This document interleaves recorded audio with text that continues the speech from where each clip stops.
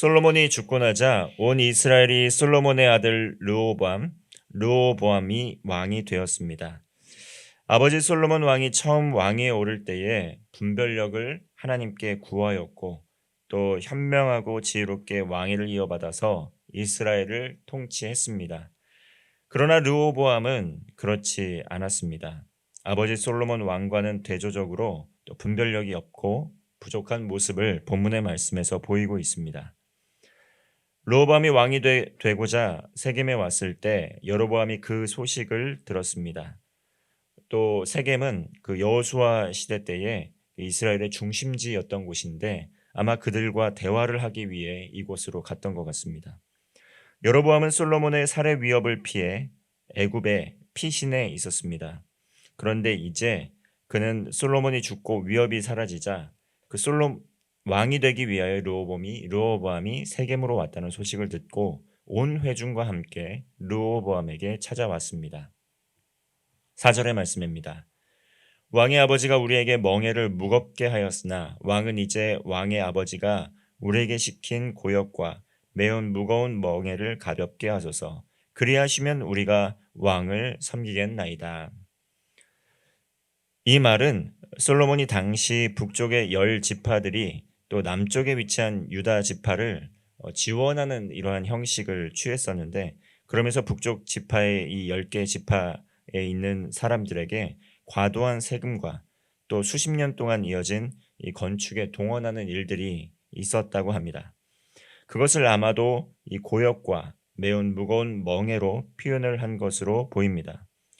무거운 세금, 과도한 세금과 또 과도한 노역에 동원이 되면서 북쪽 지파의 사람들은 아무래도 그러는 가운데 불만이 커지고 여러모로 고통을 받게 된 것 같습니다. 왕은 온 이스라엘을 사랑으로 또 공의로 정의로 다스려야 할 책임이 있습니다. 이스라엘은 바로의 압제와 통제 때문에 그 과도한 노역에 동원이 되었고 몹시 고단한 삶을 살았던 그런 과거가 있습니다. 그런던 중에 하나님의 종 모세를 통해서 출애굽하여 구원을 받게 된 것입니다. 그런데 이스라엘의 이 지도자가, 이 왕이 백성들을 애굽의 때와 같은 고난을 주는 것, 그 고된 일과 또 과도한 세금을 부과하는 것, 이것은 하나님 보시기에 바르지 않았던 일입니다. 북이스라엘 백성이 여로보암을 통해서 이러한 부담감을 바로 잡아줄 것을 요청하게 된 것입니다. 아버지 솔로몬이 있을 때에는 그러한 요청이 또 받아들여지지 않을 정도로 여러 가지 어려움을 겪다가 아버지가 죽고 나서 르호보암에게 이제 그들의 문제를 가지고 나온 것입니다. 만약 그렇게만 해준다면 왕을 섬기고 따르겠다는 그러한 언약을 하지만 반대로 그렇게 하지 않겠다고 한다면 왕을 따르지 않고 우리가 반역을 할 수도 있다. 이렇게 협박을 했던 것입니다. 그러나 르호보암은 곧바로 대답하지 않고 3일의 시간을 달라고 요청을 합니다. 6절의 말씀입니다. 르호보암 왕이 그의 아버지 솔로몬의 생전에 그 앞에 모셨던 노인들과 의논하여 이르되 너희는 어떻게 충고하여 이 백성에게 대답하게 하겠느냐. 르호보암은 솔로몬이 살아있을 때 함께했던 노인들과 의논하였습니다. 여기서 노인으로 표현은 했지만 정확하게 그 직책을 말하고 있진 않지만 솔로몬 시대 때 중요한 직책을 맡았던 신하들과 의논한 것으로 생각이 됩니다. 이들은 연륜이 있고 또 이들은 분별력이 아마도 있었을 것입니다. 그리고 어떻게 하면 잘 대답할 수 있는지 또 이 르호보암에게 대답할 만한 여러 가지 대안들도 가지고 있었을 것입니다. 르호보암은 이들에게 지혜를 구한 것입니다. 그런데 7절 말씀입니다. 대답하여 이르되 왕이 만일 오늘 이 백성을 섬기는 자가 되어 그들을 섬기고 좋은 말로 대답하여 이르시면 그들의 영원히 왕의 종이 되리이다 하나. 노인들은 10지파의 백성들을 섬기는 사람이 되어서 그들을 섬기고 좋은 말로 그들의 요구를 들어준다면 영원히 왕의 종이 될 것이라고 조언을 합니다. 아마도 신하들은 그들이 어떻게 또 과도한 세금과 또 노역에 동원이 되어서 이러한 요구를 할 수 있는지 그러한 이해를 가지고 있었던 것 같습니다.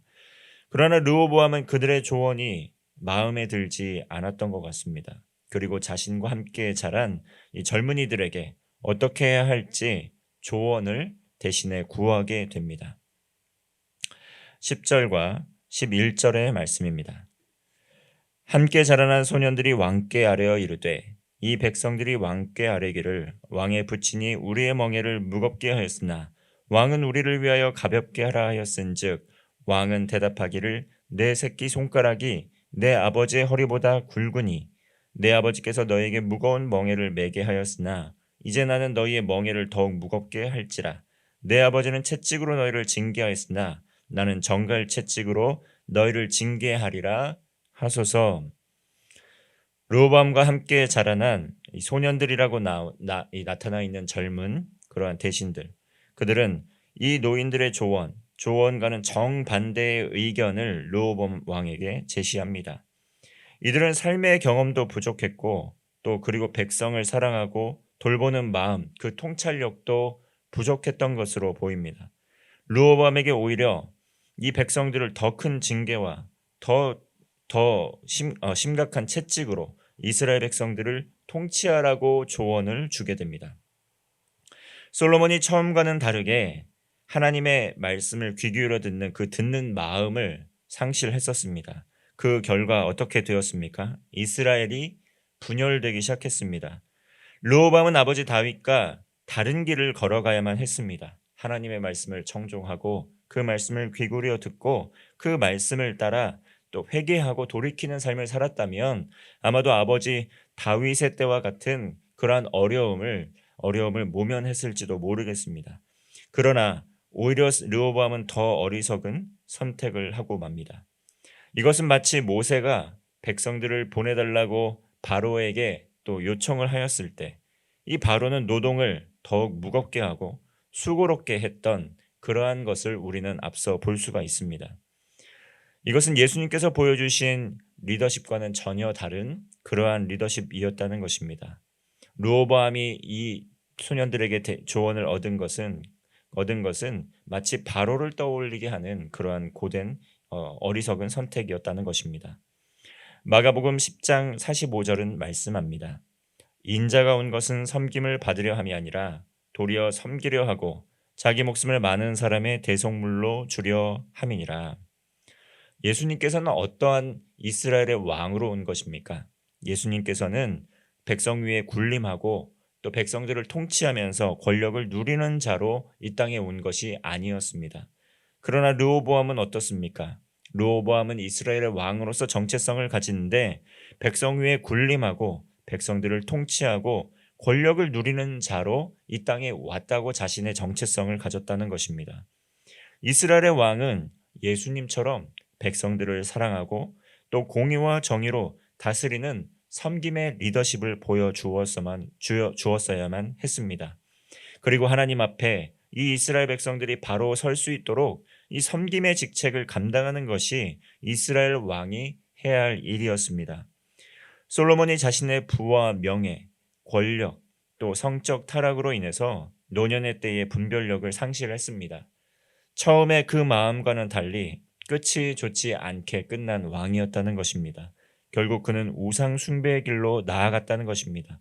하나님께서 금하신 것들을 또 금하지 않고 그것을 가까이 하게 되면서 또 이방신, 우상들에게 가까운 마음을 갖게 되고 또 우상의 친화적인 그러한 모습들을 보였다는 것입니다. 그 결과 백성들도 그의 영향력을 받았습니다. 그리고 하나님의 약속대로 언약대로 백성들은 고통을 받았고 곳곳에서 그 각 주변국에서 대적들이 일어나기 시작했습니다.